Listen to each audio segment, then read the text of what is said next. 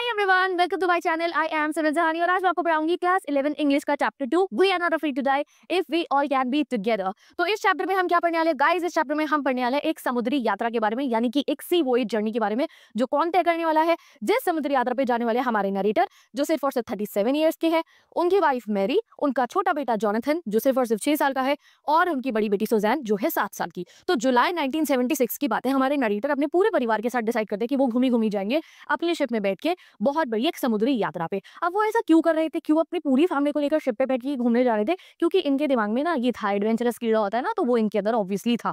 अब ये कॉपी करने वाले थे कैप्टन जेम्स कुक के रास्ते को। अब ये कैप्टन जेम्स कुक कौन हुए? तो पहले जमाने में जैसे ब्रिटिशर्स एरा जब था और पहले जमाने की अगर आप बात करो तो बहुत बड़े बड़े सेलर्स होते थे। उनका काम होता था कि वो रास्ते ढूंढेंगे। आज की तारीख में हमें पता है ये रास्ता इंग्लैंड का है, ये रास्ता इंडिया का, ये रास्ता इसका उसका है। सी रूट आर आइडेंटिफाइड, बट उस जमाने में लोग शिप लेके उतरते थे और रास्ते ढूंढते थे, पता लगाते थे। तो कैप्टन जेम्स कुक ने 200 साल पहले ये रास्ते को पता लगाया था और वही वो जो रास्ता था उसको आज ये दोबारा कंप्लीट करने वाले थे हमारे नरेटर अपनी पूरी फैमिली के साथ।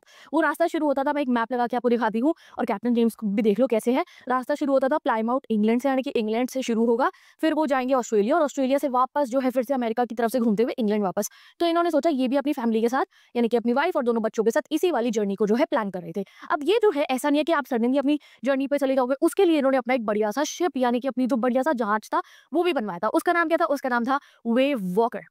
तो पूरी प्लानिंग इन्होंने करी, काफी सारा पैसा इकट्ठा करा और अपनी एक बढ़िया सी बोट बनाई। अब वो जो वो बोट थी इनकी वेव वॉकर, वो कैसी दिखती थी?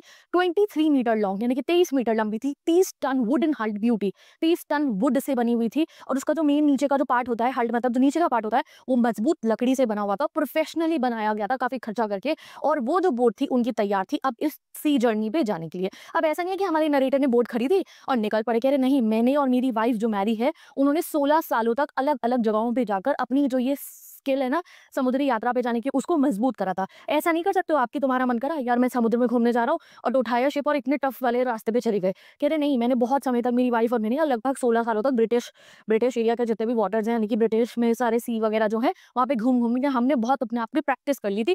फिर मैं एक दिन हमने डिसाइड करा चलिए जी अब चलते हैं बड़े वाले रूट पे, जैसे कैप्टन जेम्स को गए थे और अब अपनी फैमिली के साथ भी जा रहे थे। तो डेंजर होता है, आसान काम नहीं है फैमिली को साथ में ले जाना। और अब क्या होता है, क्या उनकी जर्नी काफी अच्छी रहती है या उनका मौत से सामना होता है? जैसे हमारा टाइटल का नाम है we are not afraid to die, तो वो हम स्टार्ट करते हैं, ठीक है। अब उनकी जर्नी शुरू होती है प्लाईमाउथ इंग्लैंड से। कहाँ से शुरू होती है? जैसे मैंने आपको बताया है, प्लाईमाउथ इंग्लैंड से उनकी जर्नी जो है वो शुरू होती है। और लगभग इनकी जर्नी जो टोटल थी गाइस वो 3 साल की रहने वाली थी और 1,05,000 किलोमीटर इनको कवर करनी थी। तो जो स्टार्टिंग फेज था जर्नी का वो काफी काफी अच्छा चला था, कि बहुत अच्छे से हम जो है सेल करते हुए कहाँ पहुंच गए थे? अफ्रीका के केप टाउन तक। तो I will show you bye drawing it now, ठीक है।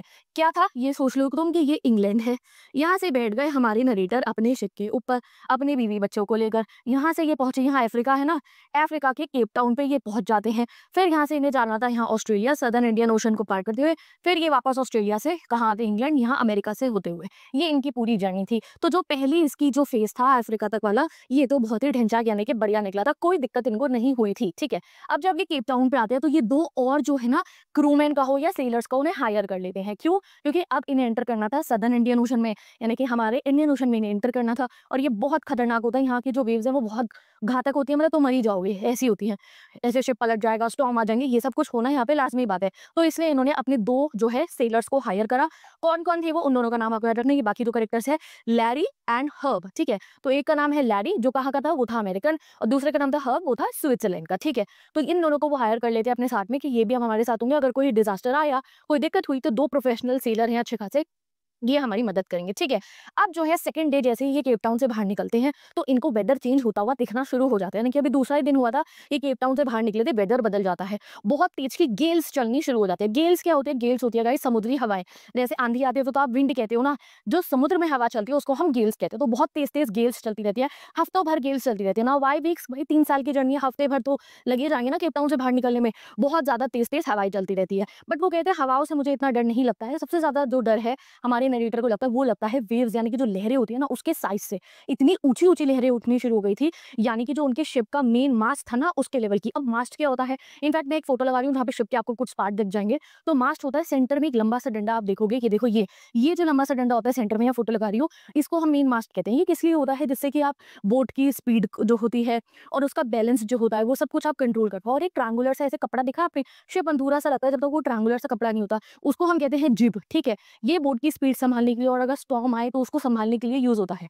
तो इतना ऊंची ऊंची वेव्स आ रही थी कि उनका 15 मीटर का जो मेन मास था ना, उससे भी ऊंची ऊंची वेव्स यानी कि लहरें आनी शुरू हो गई थी, यानी कि अब वो डेंजरस सदर्न इंडियन ओशन में एंटर करने वाले थे। ठीक है, अब क्या होता है, कह रहे हम 3500 किलोमीटर केप टाउन से आगे निकल जाते हैं, यानी कि अब वो केप टाउन को काफी पीछे छोड़ चुके थे, और आ गया था 25 दिसंबर, यानी कि प्यारा सा क्रिसमस का डे। तो कह रहे मौसम तो बहुत खराब था, डर भी लग रहा था, बट फिर भी हमने मजे से क्रिसमस सेलिब्रेट करा, हमने क्रिसमस ट्री भी लगाया, and we were very happy. अब क्रिसमस के बाद आता है न्यू ईयर। कह रहे न्यू ईयर के डे तक जो वेदर था वो अच्छा नहीं हुआ, इनफैक्ट और गंदा हो गया, बहुत बुरा वेदर हो गया। तो न्यू ईयर कब होता है? 1 जनवरी को ना। तो कह रहे 1 जनवरी तक वेदर और ज्यादा बुरा हो गया, एंड जो मेन सीन क्रिएट होता है, जो मेन प्रॉब्लम क्रिएट होती है, वो होती है 2 जनवरी को। तो द डे 2 जनवरी पढ़ते हैं, क्या होता है 2 जनवरी को? तो जुलाई से शुरू हुई थी इनकी यात्रा 1976 में, अब हो चुका था 2 जनवरी 1977, अगला साल शुरू हो गया ना। अब देखते हैं क्या होता है 2 जनवरी को। तो वो कहते हैं वेदर बहुत ही ज्यादा बुरा हो जाता है, वेव्स यानी कि जो है रहती है वो मैसिव यानी कि बहुत बड़ी बड़ी हो जाती है।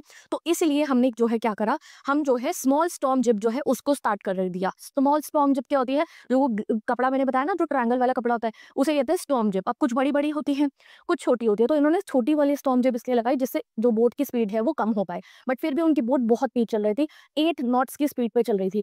नॉट्स क्या होता है गाइस? नॉट मतलब होता है जैसे अगर हम अपनी स्पीड चेक करते हैं गाड़ियों की, तो मीटर मीटर देखते हैं, हम किलोमीटर पर आवर देखते हैं, वैसे ही जब भी हम सी के अंदर यानी कि समुद्र के अंदर किसी भी चीज की स्पीड चेक करते हैं, तो उसका जो यूनिट होता है वो नॉट होता है। तो उनकी बोट की स्पीड बहुत तेज थी, तब भी जब वो एक छोटी सी सेल के साथ में चल रही थी। वो तो जिब होती है ना, ट्रायंगुलर कपड़ा, वो स्पीड को मेंटेन करने के लिए होती है, तो अभी भी स्पीड बहुत तेज थी। अब बोट की स्पीड तेज होने से क्या प्रॉब्लम है? अगर स्पीड तेज होगी और वह लहर आई तो आप पलट जाओगे, डूब जाओगे। स्पीड कम होगी तो आप थोड़ा संभल भी सकते हो। तो इनका मेन काम था कि अपनी स्पीड को थोड़ा स्लो करे। एक के बाद एक वो कहते हैं कि 2 जनवरी को वेव्स आ रही थी, एक के ऊपर एक, ऐसा लग रहा था कि पूरा का पूरा जो समुद्र है वो उबड़ के उनके ऊपर आ रहा हो, जैसे दूध उबल जाता है और बाहर से निकलने को तैयार होता है ना, पूरा का पूरा समुद्र उतर के उनके जो है शिप के अंदर आने का ट्राई करा था, बिल्कुल ऐसा लग रहा था। कानों में इतनी जोर जोर की गड़गड़ाहट की आवाजें आ रही थी, और जितनी भी वेव्स थी वो बहुत तेज आवाज कर रही थी, कान में दर्द हो गया था उनके। ऐसी आवाज जो है खतरनाक समुद्र की आ रही थी। कभी तेज तूफान ही होता है तो हमें डर लग जाता है, सोचो समुद्र के अंदर तूफान है और वहां समुद्र की लहरें जो है वो उबड़ रही हैं, तो सोचो क्या सिनेरियो होगा वो बच्चे छोटे छोटे, उनके मम्मी पापा और वो 2 सेलर्स के लिए। But they were prepared for it, ऐसा होता ही रहता है समुद्री यात्रा पे। तो इसलिए टू स्लो डाउन, अब बोट की स्पीड और कम करनी थी, तो वो ट्रायंगुलर कपड़ा जो स्टॉर्म जिप था वो उसको पर्टिकुलरली रिमूव ही कर देते हैं। ठीक है, and tied a heavy mooring loop across the stern.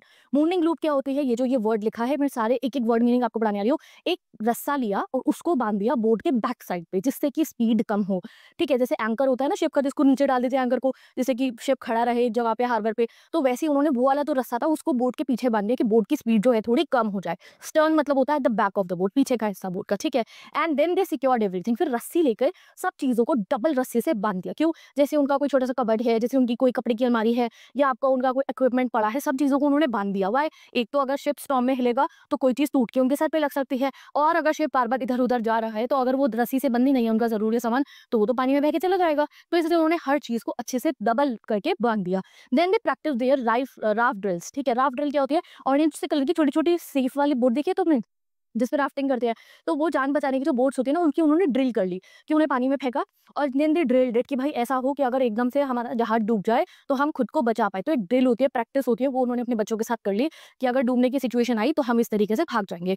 Then they wear their oilskins. Oilskin मतलब होती है वाटर प्रूफ कपड़े पहन दिए, और लाइफ जैकेट भी पहन ली, and they were ready for the disaster. और फिर वो रेडी हो गए थे, ठीक है भाई आओ तूफान का सामना करते हैं। तो दे वर फुली रेडी, पूरे शिप को भी तैयार कर दिया, खुद भी वो सारे के सारे तैयार हो गए थे। अब अराउंड 6 PM 2 जनवरी को 6 बजे के करीब एकदम से अलग सा सन्नाटा हो जाता है, और तुमने वो मुहावरा सुना ही होगा, तूफान से पहले वाला सन्नाटा, बिल्कुल वही वाला सन्नाटा होता है। कोई हवा नहीं चल रही, सारी वेव्स रुक जाती हैं, और बिल्कुल एक सन्नाटा हो जाता है। विंड भी स्टॉप हो गई थी और बिल्कुल काला हो चुका था पूरा का पूरा आसमान। एंड देन उस सन्नाटे के अंदर बहुत जोर की गड़गड़ाहट की आवाज आती है, अ लाउड रोर, बहुत तेज आवाज आती है। एंड उन्हें क्या लगता है कि उनके पीछे है एक बहुत बड़ा बादल, यानी कि शिप के पीछे एक बहुत बड़ा सा बादल है और वो घगरा रहा है, जैसा आप फोटो में देख सकते हो, जो फोटोज में लगा रही हूँ। बट देन वो ध्यान से देखते हैं कि वो एक बादल नहीं था, वो एक मैसिव वेव थी, यानी कि वो एक बहुत बड़ी समुद्री लहर थी। जो उनको बादल लग रहा था वो बादल नहीं था, वो एक बहुत बड़ी लहर थी, ऑलमोस्ट वर्टिकल, ऐसे वर्टिकल खड़ी होकर वो वेव आ रही थी, ऐसे जैसे सर्फर सी सर्फिंग करते हैं ना, बिल्कुल वैसी ऐसी वेव थी, और वो उनके शिप के पीछे थी। Twice as high as others, जितनी पहली वेव्स उन्होंने देखी थी ना 15-15 मीटर की, उससे भी बड़ी वेव उनके पीछे आ चुकी थी। तो वो क्या होता है, सडनली वो वेव जो है गिर जाती है उनके शिप के पीछे वाले हिस्से के ऊपर, एंड देन उनका शिप बिल्कुल पलटने को तैयार हो जाता है। तो सोचो इतनी बड़ी वेव आई और उनके शिप के ऊपर यूं धड़ाम करके गिर जाती है। अपने साथ वेव लाती है कई टनों का पानी, और वो सारा पानी हमारे जो नरेटर है उनके शिप के ऊपर आ जाता है। उससे जो शिप का क्रेस्ट होता है, क्रेस्ट मतलब होता है टॉप, टॉप का हिस्सा शिप का बिल्कुल टूट जाता है। भाई इतने टन पानी गिरेगा तो शिप तो टूटेगा ही ऑब्वियसली। एंड जो शिप का स्टर्न था यानी कि जो पीछे का हिस्सा था वो भी बिल्कुल खराब टूट फूट जाता है, क्योंकि पीछे से ही जो है जो पूरी की पूरी वेव थी उसने हमला करा था। ठीक है, फॉर अ मोमेंट उन्हें लगता है कि वो बच जाएंगे, वो उसके ऊपर से निकल के चले जाएंगे जो आगे वेव आ रही है, बट ऐसा नहीं होता है। ह्यूज बहुत ही बड़ा जो है पानी का एक प्रेशर आता है और जो हमारे नरेटर हैं वो गिर जाते हैं पानी के बाहर। ठीक है, तो आप खुद सोचो इतनी बड़ी जब वेव आ रही है तो आप उससे बच तो सकते नहीं हो। एक सेकंड को उन्हें लगता है शायद हम बच जाए, हमारी बोट हमें बता ले, हम इस वेव को पार करके चले जाए, बट ऐसा कुछ नहीं होता है। एक बहुत बड़ा एक्सप्लोजन होता है, धड़ाम करके आवाज आती है, ढेर सारा पानी उनके शिप का फ्लोर जो डेक होता है उस पर गिरता है एंड सब कुछ टूट फूट जाता है वहां पे। A wave crash down, white और ग्रीन कलर का पानी। आपने टाइटैनिक मूवी देखी है तो उसके अंदर तुमने देखा होगा कैसे पानी जब शिप में भरता है ग्रीन व्हाइट सा पानी होता है, बिल्कुल वैसा सा पानी जो है उनकी पूरी की पूरी शिप में भर जाता है। और हमारे नरेटर जो व्हील संभाल के खड़े थे उनका जो मुंह होता है वो व्हील पे जाके लग जाता है, जैसे एक्सीडेंट होता है ना बिल्कुल वैसे उनका मुंह व्हील पे जाके लग जाता है, उनके दांत टूट जाते हैं, उनका मुंह बिल्कुल खून से भर जाता है। एंड देन एक वेव आती है और वो उनको पानी से उछाल के बाहर फेंक देती है। एंड देन वो डूब रहे होते हैं और उन्हें लग रहा होता है कि मैं मरने वाला हूँ, एंड बहुत पीसफुल हमारे नरेटर को फील होता है। यानी कि जब वो मर रहे थे तो उन्हें लग रहा था अरे बहुत शांति है, रादर देन ऐसा फील होना चाहिए कि मर रहे हो तो घबराना चाहिए, बट उन्हें ऐसा फील होता है कि वो मर रहे हैं। तो हुआ क्या कि एक ऐसी बड़ी वेव आई, यानी कि एक ऐसी बड़ी लहर आई कि वो शिप के ऊपर जो हमारे नरेटर थे ना वो शिप से बाहर जाके पहुंच जाते हैं और डूब रहे होते हैं पानी के अंदर। बट सडनली उनका ना सर जो है नरेटर का पानी से बाहर आता है और उन्होंने आंखें खोली तो वो कह रहे मुझे दिखाई दिया मैं पानी के बाहर हूँ शिप में, और वो उधर उन्हें शिप दिखाई दे रहा था नियरली कैप्साइजिंग। कैप्साइजिंग मतलब होता है पलट जाना, पूरा का पूरा शिप यूं पलट चुका था और जो शिप का वो मेन मास्ट था ना वो हॉरिजॉन्टल पानी में लेट चुका था, पूरा शिप उनका पलट चुका था। तो वो होश में आ गए थे, वो मरे नहीं थे। एंड देन क्या होता है उनके ना ऊपर रस्सी बंधी हुई थी, मैंने आपको समझाया था उन्होंने पूरी की पूरी प्रैक्टिस कर ली थी ना। तो शिप के अंदर ना लोग अपनी कमर पे एक रस्सी बांध लेते हैं और उसे शिप से बांध देते हैं कि बाई चांस अगर वो ऐसे पानी में गिर भी गए जैसे हमारे नरेटर गिरे हैं तो वापस शिप उन्हें खींच लेता है। तो वो उन रस्सियों को पकड़ पकड़ के जो उन्होंने बांध रखी थी उसे पकड़ पकड़ के गार्ड रेलिंग्स को पकड़ते हैं, जो शिप की रेलिंग होती है उसे पकड़ के शिप में दोबारा चढ़ते हैं और वो शिप में वापस पहुंच जाते हैं, यानी कि अब वो वहाँ समुद्र के अंदर नहीं थे, वो शिप के अंदर दोबारा पहुंच जाते हैं। फिर एक वेव इधर से आती है और एक इधर से वेव आती है और वो खुद को शिप के ऊपर बैलेंस नहीं कर पाते और एक के बाद एक इधर से लहर आई इधर से लहर आई, वो उनको वो जमीन पे गिर जाते हैं जो शिप होता है उसकी, और वो रैग डॉल की तरह इधर उधर उछलते रहते हैं। रैग डॉल क्या होते हैं, छोटे होते हुए बचपन में ना बच्चों के पास एक गेम होता है, एक डॉल होती है उसे मुक्का मारो वो दोबारा उठ जाती है, दोबारा मुक्का मारो दोबारा उठ जाती है। इस टाइप से वो जो इधर उधर जिसका बेस नहीं होता ना, ऐसे कभी इधर घूम रहे कभी इधर घूम रहे कभी इधर घूम रहे, इस बीच में उनकी सारी हड्डियां टूट जाती है, रिब केज टूट गई, पीठ टूट गई, मुंह टूट गया, खून खून हमारे नरेटर हो चुके होते हैं। He was severely injured, but फिर भी वो कोशिश करते हैं, उठते हैं और व्हील जो होता है जो शिप का पूरा स्टेयरिंग व्हील होता है उसे संभालने की वो कोशिश करते हैं। तभी क्या होता है दरवाजा खुलता है, हैच हैच पे होता है एक दरवाजा होता है छोटा सा जो शिप के अंदर और बाहर जाने के लिए यूज होता है। वहां से निकल के आती है उनकी वाइफ और उन्हें खुद भी लग रहा था कि शिप के अंदर पानी घुस रहा है और वो डूब रहे हैं, और उनकी वाइफ भी भारत की यही बताती है वी आर सिंकिंग, पानी घुस गया हमारी शिप के अंदर। तो क्या हुआ था उनके शिप को इतना नुकसान हो चुका था, नीचे से तो शिप ऑलमोस्ट टूट ही चुका था, राइट साइड से भी टूट चुका था, तो बहुत सारा पानी शिप के अंदर आ रहा था और अगर पानी शिप में भर गया तो वो डूब जाएंगे। देन क्या होता है वो अपनी वाइफ को कहते हैं कि तुम आओ शिप का जो व्हील है उसे संभालो, मैं अंदर जाके चेक करता हूँ। तो उनकी वाइफ मैरी ऐसे खतरनाक स्टॉर्म के अंदर व्हील पे खड़ी हो जाती है एंड वो जाते हैं शिप के अंदर चेक करने। जब वो अंदर जाते हैं तो उन्हें दिखता है वो लैरी एंड हर्ब, तुम्हें लग रहा होगा ना यार दो सेलर्स लिए थे उनका क्या काम था, तो वो जो दो सेलर्स थे वो पागलों की तरह पानी पंप कर रहे थे, तो उनके पास पंप्स थे, हैंड पंप्स होते हैं वो, उससे जो है पानी को वो शिप के बाहर फेंक रहे थे, जिससे अगर पानी भर गया शिप में तो वो डूब ही जाएंगे। और उन्हें क्या करना था हमारे नरेटर को, क्योंकि उनका जो शिप था वो काफी टूट चुका था, तो उन्हें कपड़ा लगाना था उन एरियाज पे जहाँ से शिप टूट चुका है, जिससे कि वहां से पानी अंदर ना आए। तो इनसाइड सब कुछ टूट चुका था, अगर वो शिप के अंदर जब उन्होंने देखा तो हर जगह इधर उधर लकड़ी के टूटे फूटे हिस्से थे, जो उनका शिप टूट चुका था ना उसके पूरे के पूरे हिस्से थे। जो स्टार बोर्ड साइड थी शिप की, स्टार बोर्ड साइड क्या होती है, जो राइट साइड होता है शिप का गाइस उसे कहते हैं हम स्टार बोर्ड साइड, वो बिल्कुल टूट चुका था, राइट साइड तो मतलब नष्ट हो चुकी थी, अगर वहां पे कपड़ा लगा के उसे सिक्योर नहीं करा तो पानी अंदर आता और वो तभी डूब जाते। तो इसलिए अब उनका काम था कि कुछ ढूंढना जिससे कि वो उस पानी को रोक पाए। इधर उधर वो कह रहे मेरे बच्चों के टॉयज बर्तन हमारे कपड़े वपड़े सब शिप के अंदर जो पानी था उसमें इधर उधर सब कुछ डूब रहा था। तो एक मिनट उन्होंने सोचा कि मैं बच्चों को तो अपने चेक करूँ कि वो कैसे हैं। Then he went to his बच्चों का केबिन। बच्चे कौन थे, जॉनथन एंड सुजैन जो दोनों थे, तो बच्चे ऊपर वाले बंकर बेड पे बैठे हुए थे, समझदार थे दोनों के दोनों, ऊपर चढ़ के बैठे हुए थे कि डूबे ना वो। और वहाँ पे सू की वो शक्ल देखते तो उसकी आँखें बिल्कुल काली हो चुकी थी, बहुत बड़ा उसके सर पे एक बम्प लग चुका था, यानी कि उसका सर किसी चीज़ से टकराया और फूल चुका था, बिल्कुल काली गहरी आँख हो चुकी थी। बट उस समय कहते हैं मेरे पास टाइम नहीं था कि मैं अपनी बच्ची की चोट को देखूँ, क्योंकि मुझे अभी सबको बचाना था। तो वो उस कमरे से बाहर निकलते हैं, एक कैनवस लेते हैं, कुछ हथौड़ी लेते हैं, कुछ कीलें लेते हैं और स्टारबोर्ड साइड जो थी शिप की और जो शिप का ऊपरी हिस्सा जो टूट चुका था उसको ठीक करने वो निकल पड़ते हैं। तो उस समय कोई टाइम नहीं था, तो वो स्टारबोर्ड साइड को जो है सही करने के लिए निकलने पड़ते हैं। वो कैनवस लगाया, वाटरप्रूफ था, उसको जो है उन्होंने लगा दिया ऐसे, एंड देन दिखता है कि कुछ-कुछ पानी अंदर आ रहा है, बट फिर भी सिचुएशन कंट्रोल में हो चुकी थी। अब एक सिचुएशन कंट्रोल में हुई कि वहाँ से पानी अंदर आना कम हुआ, तो दूसरी प्रॉब्लम हो जाती है कि जो हैंडपंप, जो हैरी और लव जिस हैंडपंप से पानी वहाँ पे गए थे, वो दोनों डेब्री की वजह से खराब हो जाता है। डेब्री क्या होता है? कूड़ा-करकट जो होता है ना, वो फँस गया था पंप के अंदर, तो वो दोनों खराब हो जाते हैं। एंड इलेक्ट्रिकल पंप जो था, जो बिजली से चल रहा था, वो भी फेल हो चुका था और धीरे-धीरे उनके शिप के अंदर पानी भरने लग गया एंड उनका शिप डूबना शुरू होने वाला था। जो स्पेयर पंप्स थे, वो शिप के ऊपर चढ़ के जाते और देखते कुछ स्पेयर पंप और भी हैं, तो वो जब देखा उन्होंने, तो उनके स्पेयर पंप, उनकी सेल होता है वो कपड़ा जिससे शिप की स्पीड वीड जो है लगा देते हैं ना, उस जो है ट्रायंगल वाली, उनकी डिंजीज होते हैं, लाइफ सेविंग बोट्स जिसपे तुम बाद में अपने आप को बचाओगे, उनका एंकर जिससे शिप को रोका जाता है, सब कुछ पानी में डूब के कहीं दूर जा चुका था। उन्हें दिख रहा था, अरे वो रही मेरी सारी की सारी चीजें। तो जो सेफ्टी इक्विपमेंट्स थे वो भी अब पानी में बह के जा चुके थे। तो तभी उनको याद आता है कि एक और इलेक्ट्रिकल पंप है उनके पास में, उनके चार्ट रूम में। तो वो भागते हुए चार्ट रूम में जाते हैं, उस इलेक्ट्रिकल पंप को देते हैं और जो है पूरी की पूरी रात ऐसे ही निकलती है। हैरी, लव जो है और सब एक के बाद एक रोटेशंस में पानी को पंप करते रहते हैं एंड धीरे-धीरे पूरी रात वो मेडे कॉल्स करते रहते हैं। मेडे कॉल्स क्या होती है? Call for help. आपने कई ऐसे शोज़ देखे होंगे, वो हेलो हेलो रेडियो पे हेलो हमें बचाओ बचाओ ऐसे करते हैं एपोकलिप्स वाले शोज़ के अंदर, जिसमें अर्थ का एंड दिखाते हैं कहीं भी, जैसे एयर क्रैश हो जाता है तब, तो वही उन्होंने करा। बट वो एक रिमोट कॉर्नर पे थे हमारे ओशन के, तो मेडे कॉल्स का भी जवाब नहीं आ रहा था। देन सू जो है उनके पास वापस आती है और वो देखते हैं कि जो सू है उसका सर तो इतना ऊँचा मोटा फूल चुका था एंड जो है अब वो अपने यहाँ आर्म के ऊपर एक डीप कट दिखाती है, एक बहुत गहरा कट लग चुका था उसके हाथ के ऊपर भी। तो वो पूछते हैं बेटा तुमने मुझे तब क्यों नहीं बताया कि तुम्हारे हाथ पे इतना गहरा कट है? तो वो कहते हैं I didn't tell you because I didn't wanted to worry you. मतलब कि वो कहते हैं कि मुझे आपको नहीं बताना था, जब आप हमें बचाने की कोशिश कर रहे हो तो मैं आपको टेंशन नहीं देना चाहती थी। तो इतनी समझदार बच्ची भी वो थी, ठीक है। अब 3 जनवरी आ चुका था, यानी कि अगला दिन शुरू हुआ। वाटर लेवल थोड़ा कंट्रोल में आ चुका था, यानी कि अब उनके शिप में पानी भरा हुआ नहीं था, बस जितना पानी हैंड टू हैंड अंदर आ रहा था वही उन्हें निकाल के बाहर फेंकना था। बट अब उनके जो शिप था वो बहुत तहस-नहस हो चुका था। जो मेन रिब फ्रेम था, यानी कि जो शिप का मेन फ्रेम होता है, जो इंटरनल सपोर्ट देता है ना शिप को, वो बिल्कुल टूट चुका था एंड जो बैकबोन ऑफ द शिप होता है, नील ऑफ द शिप मतलब जो बैकबोन होती है शिप की, वो भी बिल्कुल टूट चुकी थी। सो अब हमारे नरेटर को समझ में आ गया था कि वो अपनी जर्नी को कंटिन्यू नहीं कर सकते और राइट साइड जो स्टारबोर्ड साइड थी, वो तो तहस-नहस हो ही चुकी थी। वहाँ पे बस कबर्ड के पार्टीशन और कुछ कपड़ा लगा हुआ था जो पानी को अंदर आने से रोक रहा था। तो आफ्टर 15 आवर्स 15 घंटे और बीत जाते हैं, उन्हें समझ में आ जाता है कि वेव वॉकर जो उनका शिप है, जो अब ऑस्ट्रेलिया तक जाने का उनका प्लान था, उसे उन्हें ड्रॉप करना पड़ेगा, क्योंकि ऑस्ट्रेलिया तक तो उनका शिप पहुंच ही नहीं सकता था। तो वो डिसाइड करते हैं और उन्हें समझ में आता है कि यहाँ पे आसपास में, जहाँ पे अभी वो है, 2 छोटे-छोटे आइलैंड्स हैं जिनका नाम है आइल एम्स्टर्डम। वो एक फ्रेंच साइंटिफिक बेस है। तो जान बचाने का बस एक ही ज़रिया था कि वो उन आइल एम्स्टर्डम तक पहुँच जाए और वहाँ पे जाके जो है लैंड कर जाए, वरना तो वो वहीं शिप में मर जाते डूब कर, ठीक है। तो उनको अब ये सिचुएशन मुश्किल थी कि ठीक है आइलैंड तो है, बट वो आइलैंड का पता लगाना ना, कि कहाँ से ढूँढे आइलैंड को, सामने थोड़ी दिख रहे थे। इतना बड़ा समुंदर था और उसमें छोटे-छोटे से 2 आइलैंड्स उनको ढूँढने थे, ठीक है जी।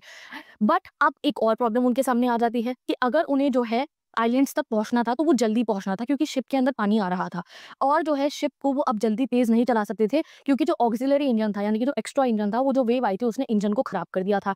अब दो तीन चीजों से जो है शिप चलता है, एक इंजन से कि आप इंजन से शिप को चलाओ, या फिर वो जो ट्रायंगुलर वाला कपड़ा लग जाता है ना, उससे हवा के भाव से आप शिप को आगे चला सकते हो। अब वो इंजन खराब था तो इंजन तो वो यूज नहीं कर सकते थे, और वो जो स्टॉर्म जिब होती थी वो उसको भी यूज नहीं कर सकते थे, क्योंकि शिप इतना ज्यादा टूट चुका था कि अगर वो कपड़ा लगा के आगे बढ़ने की कोशिश करते तो शिप पे प्रेशर पड़ता और शिप टूट भी सकता था। तो एक नहीं दो मुसीबत थी कि अब जल्दी से पहुंचना आइलैंड पे, और इतनी स्पीड वो मेंटेन कर नहीं सकते थे जिससे कि वो जल्दी पहुंचे। तो बहुत देर लगती रही, वो सोचते रहे और अब पहुंच चुका था 4 जनवरी। After 36 hours of pumping water, 36 घंटे तक वो पानी शिप से बाहर निकालते रहे और अब पानी बहुत माइन्यूट लेवल का उनके शिप में बचा था। अब उनको बस ये करना था कि जो शिप में से पानी अंदर आ रहा था उसी को रोकना था, बाकी सब कुछ हो चुका था। They couldn't use the main mast, यानी कि वही जो मैंने आपको कहा है कि बड़ा वाला मास्ट और स्टॉर्म जिब वगैरह वो यूज नहीं कर सकते थे, क्योंकि अगर उन्होंने वो होइस्ट कर दी अपनी जिब जो है, या मेन मास्ट अगर उन्होंने लगा दिया, तो शिप तो ऑब्वियसली टूट ही सकता था, इतना प्रेशर शिप के ऊपर पड़ जाता। जैसे तैसे करके उनकी जो वाइफ थी मैरी, उन्होंने कुछ खाने के बिस्किट वगैरह ढूंढे और 2 दिन बाद उन्होंने एक मील खाई, वो भी छोटे-छोटे बिस्किट के टुकड़े, क्योंकि खाना भी बह गया था पूरा का पूरा वेव्स के अंदर। एंड देन जैसे ही उन्होंने थोड़ी सी राहत की सांस ली, 4 बजे के करीब फिर से काले बादल आ जाते हैं और अब की बार जो विंड थी, यानी कि जो हवा चल रही थी वो 40 नॉट की थी, यानी कि और तेज हवाएं चलनी शुरू हो जाती है, यानी कि एक स्टॉर्म और आने वाला था।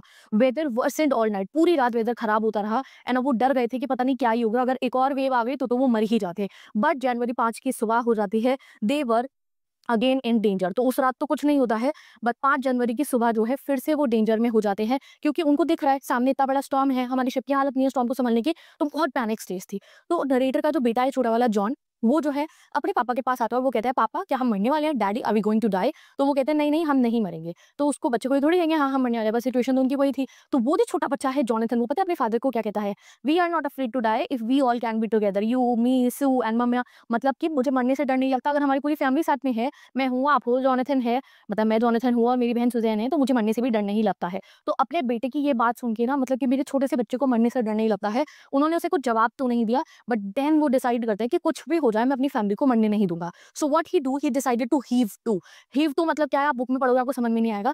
अब एक स्ट्रैटेजी उन्होंने लगाई, right side of the ship खराब हो चुकी थी, तो उन्होंने सोचा कि मैं अपोजिट साइड जो है शिप की उसे स्ट्रॉन्ग कर दूंगा, जिससे कि अगर वेव आए तो मैं हम लोग पलटे ना और हम लोग डूबे ना, ठीक है। तो उन्होंने शिप को प्रोटेक्ट करना शुरू कर दिया और उन्होंने एक एंकर बनाया सी का, क्योंकि जो उनका सी का रियल एंकर था, एंकर देख लो क्या होता है, वो तो खराब हो चुका था, वो चला गया था पानी के अंदर डूब के। तो उन्होंने एक और एंकर बनाया, एंकर से शिप कंट्रोल रहता है, डूबेगा नहीं, पलटेगा नहीं। तो उन्होंने एक एंकर बनाया, एक बड़ी सी नायलॉन की रोप और 2 पैराफिन बैरल थे, यानी कि बड़े बड़े ड्रम थे, उनको बना दिया एंकर अपने शिप का, जिससे कि शिप जो है अटका रहे। और उस शाम वो और उनकी वाइफ मैरी जो है शिप के अंदर बैठ जाते हैं, दोनों एक दूसरे का हाथ पकड़ के, और मरने का ही इंतजार कर रहे होते हैं लगभग, और एक और बड़े स्टॉर्म के आने का इंतजार कर रहे होते हैं। उन्हें दिख रहा होता है कि एक के बाद एक पानी उनके शिप के अंदर आ रहा था एंड जो है दे वर वेटिंग कि अब आगे क्या होगा। तो जो है वो वेट कर रहे थे एक तरीके से कि देखते हैं आगे क्या होता है क्या नहीं होता। बट देन जो है जनवरी 6 यानी कि अगला दिन शुरू होता है और स्टॉर्म काम हो जाता है, यानी कि जो तूफान आने का उन्हें लग रहा था ना कि अब एक और बहुत बड़ी तूफान आएगा और वेव आएगी, वो नहीं आती थैंक गॉड, और वो लोग बच जाते हैं। देन जो है उनका जो नरेटर है हमारे, वो एक सेक्सटेंट यूज़ करते हैं, एक डिवाइस होता है नेविगेट करने के लिए, वो उसको नेविगेशन को डिवाइस को यूज़ करते हैं और उन्हें पता चल जाता है कि based on the wind current वो एक ऐसे आइलैंड को ढूंढ रहे हैं जो सिर्फ 65 किलोमीटर वाइड है, यानी कि वो आइलैंड एम्स्टर्डम जिस पे उनको जाना था वो कितने किलोमीटर के थे, 65 किलोमीटर के थे बस। और कितने बड़ी ओशन में वो उनको ढूंढ रहे थे, 1,50,000 बड़े ओशन में छोटे छोटे 2 आइलैंड को उन्हें ढूंढना था, यही उनका काम था। तो वो अपने चार्ट रूम में बैठ के कैलकुलेशन कर रहे थे कि कहाँ है वो पर्टिकुलर आइलैंड। इतने में ही सू जो उनकी छोटी बेटी है, बड़ी बेटी सॉरी 7 साल वाली, वो ऐसे रहती है चलती हुई।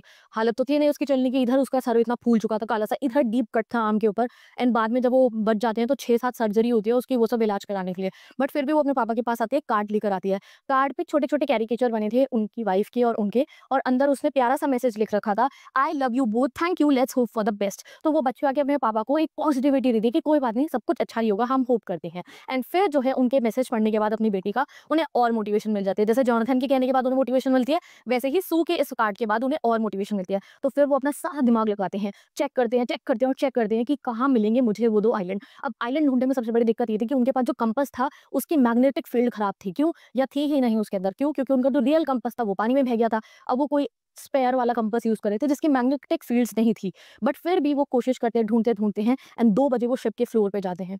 और जो लैरी था यानी कि जो सेलर था उसको कहते हैं 185 डिग्री की तरफ आप जो है मोड़ दो शिप को, और अगर मेरा अंदाजा सही रहा तो 5 बजे तक हम पहुंच जाएंगे आइल एम्स्टर्डम पे। तो उन्हें पता लग गया था कि वो कहाँ है, तो उन्होंने कहा तो बहुत डिटर्मिनेशन से था कि हम 5 बजे पहुंचेंगे, बट अंदर से उन्हें लग रहा था कि शायद मेरी कैलकुलेशन गलत हो और हम वहां पे ना पहुंचे। एंड वो जो है फिर क्या करते हैं, हमारे नरेटर थक चुके थे, वो नीचे उतरते हैं कमरे के अंदर और एक बंक बेड पे जाके सो जाते हैं and he was very worried. But फिर भी वो सो जाते हैं कि अब मैं क्या ही कर सकता हूँ, पहुंचेंगे तो पहुंचेंगे, नहीं तो क्या। तो क्या होता है, कहते हैं 6 बजे के करीब मेरी आंख खुलती है और एक बड़ा सा सर मेरे सामने आ रहा था, यूं उठता हुआ। वो कौन थे, वो उनके दोनों बच्चे थे और वो आके उन्हें कहते हैं, daddy can we get a hug, क्या आप हमें हग कर सकते हो। तो कहते हैं क्यों हग करें, कहते हैं क्योंकि आप बेस्ट सेलर हो दुनिया के, आपने आइलैंड को ढूंढ लिया, वो बिल्कुल हमारे सामने है। तो फाइनली हमारी नरेटर ने बिल्कुल सही कैलकुलेशन लगाई थी और वो उड़ भाग के जाते हैं अपने बच्चों के साथ शिप के ऊपर। तो उनके सामने ही वो 2 आइलैंड्स थे, छोटे छोटे से 2 वॉल्केनिक रॉक के छोटा सा टुकड़े थे वो, ज्यादा लोग भी नहीं रहते होंगे वहां पे, वो साइंटिफिक बेस था फ्रेंच वालों का, और वो वहां उनके सामने पूरे के पूरे दोनों आइलैंड्स थे। नरेटर जो है और उनकी जो वाइफ है और वो सब बच जाते हैं फाइनली, वो अपने शिप को खड़ा करते हैं उस आइलैंड पे, ठीक है, और जो है उससे उतर जाते हैं। अब जब वो उतरते हैं उसके ऊपर, आइस डैम के ऊपर आई वाले, आइल एम्स्टर्डम के ऊपर, उन आइलैंड्स के ऊपर। तो पता है क्या होता है, रात हो रही होती है, तो कोई उनकी मदद करने रात को तो नहीं आता है, तो रात को वो वहीं पे रहते हैं उस ज़मीन के ऊपर। फाइनली कितने सालों बाद उनके पैरों के नीचे ज़मीन आई थी, आप ये सोच सकते हो। वो जो है मतलब साल क्यों हुए, जुलाई में निकले थे, ये 8 6-7 जनवरी की बात हो गई है, ठीक है, 8 जनवरी की होगी हद से ज़्यादा। तो वो उतरते हैं उसके ऊपर जो है आइल एम्स्टर्डम के ऊपर, और पूरी रात तो कोई भी नहीं आता है। बट अगले दिन 28 लोग उस आइलैंड पे रहते थे, वो भागते हुए उनकी मदद करने आते हैं, एंड फाइनली वो लोग बच जाते हैं। जब वो लोग बच जाते हैं, उस आइलैंड पे होते हैं, तो हमारे नरेटर सोचते हैं कि ये सब कैसे हो गया, हम मरने की हालत में थे, हम कैसे बचे। तो वो अपने दिमाग में सोचते हैं और थैंक यू करते हैं लैरी और हर्ब को, कि जिन्होंने हिम्मत नहीं हारी, पागलों की तरह पानी को बाहर निकालते रहे, निकालते रहे, निकालते रहे। उनकी वाइफ मैरी, जिसने इतने बड़े तूफान में व्हील को जो है संभाला, उनका छोटा बेटा जोनाथन, जिसे मरने से डर नहीं लग रहा था, और वो प्यारी सी बच्ची उनकी सू, जिसकी वो 6-7 सर्जरी हुई थी, वो इतना बड़ा सा उसका जो है सर पे चोट थी, बट उसने क्या कहा कि मुझे आपको वरी नहीं करना था। सो इस सब की वजह से जो है वो उनकी फैमिली बच पाई, एंड फाइनली हमारा ये चैप्टर हो जाता है the end. So thank you so much for watching this video. हमारा चैप्टर होता है कंप्लीट। तो क्या हमारी समरी रही इस चैप्टर की, कि उनका जो एम था, वो मिशन था, वो तो वो ड्रीम पूरा नहीं कर पाए कि कैप्टन जेम्स कुक की तरह वो जाएंगे इंग्लैंड से साउथ, जो है आप कहो कि केप टाउन जाएंगे, फिर वो ऑस्ट्रेलिया जाएंगे, वापस इंग्लैंड, वो तो वो पूरा नहीं कर पाए। बट कहते हैं ना, जान बची तो लाखों पाए, तो उनकी जान बच चुकी थी। और आज हमें एक बहुत बड़ा लेसन मिला है कि अगर मुसीबत के समय पर हम पॉजिटिव रहेंगे, तो वो हमारे लिए बहुत अच्छा रहेगा। तो ये चैप्टर कंप्लीट। ऐसे ही मैं गाइस आपको 11th इंग्लिश के सारे चैप्टर पढ़ानी है, तो डिस्क्रिप्शन बॉक्स में प्लेलिस्ट बन गई है, चैप्टर है, पोयम है, ग्रामर है, वो सब जाके आप पढ़ सकते हो। और नोट्स के लिए मेरी इंस्टाग्राम आईडी गिवन है, जिसका नाम है सिमरन सहानी नोट्स। वहां से जाकर फ्री में नोट्स एक्सेस कर सकते हो, बहुत अच्छे स्टूडेंट लैंग्वेज के and easy easy question answers भी, जो आपके पेपर में जरूर आएंगे। मैं मिलूंगी नेक्स्ट वीडियो में। Bye bye, best of luck.